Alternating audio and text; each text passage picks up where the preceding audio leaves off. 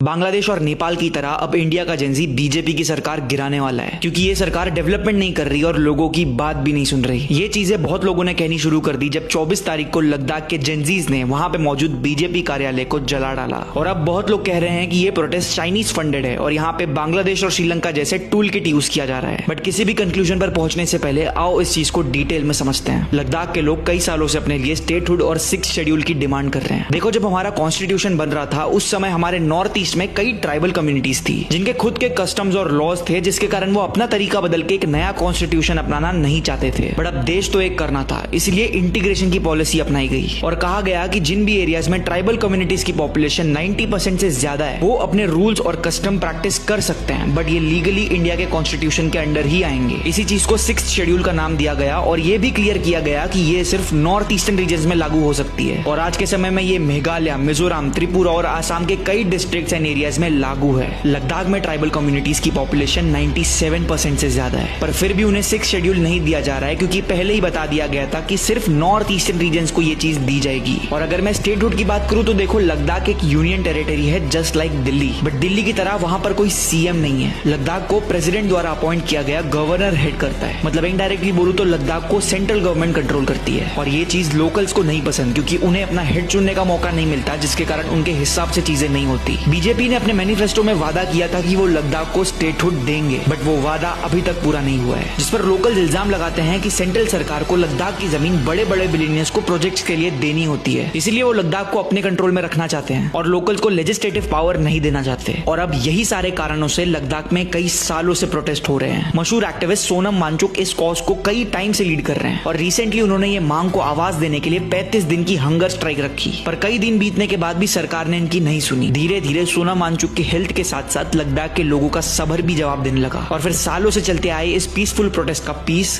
खत्म हो गया और लद्दाख के युवाओं ने वहां पे मौजूद बीजेपी कार्यालय को जला डाला। भारत के इतिहास में ऐसा कुछ पहली बार हुआ है। इस प्रोटेस्ट में ऑलमोस्ट 10 लोगों की जान गई और 50 से भी ज्यादा लोग इंजर्ड हुए। और अब देखना ये होगा कि इस वायलेंट चीज के बाद लद्दाख के लोगों की बात सुनी जाएगी या फिर इस प्रोटेस्ट को एंटी नेशनल का टैग दिया जाएगा। उत्तराखंड में भी प्रोटेस्ट शुरू हो चुके हैं। वहाँ पाकिस्तान भी मुस्लिम कंट्रीज के साथ एक नया नेटो बनाने की तैयारी में। और दूसरी तरफ से बिहार इलेक्शन के पहले राहुल गांधी बीजेपी और इलेक्शन कमीशन के अगेंस्ट एक बड़ा एक्सपोज लाने की बात कर रहे हैं। आने वाले कुछ दिन बीजेपी और प्राइम मिनिस्टर के लिए काफी भारी होने वाले हैं। इन सारी होने वाली घटनाओं को डिटेल में समझने के लिए अभी के अभी इंडियन लास्ट 24 आवर्स को फॉलो कर दो।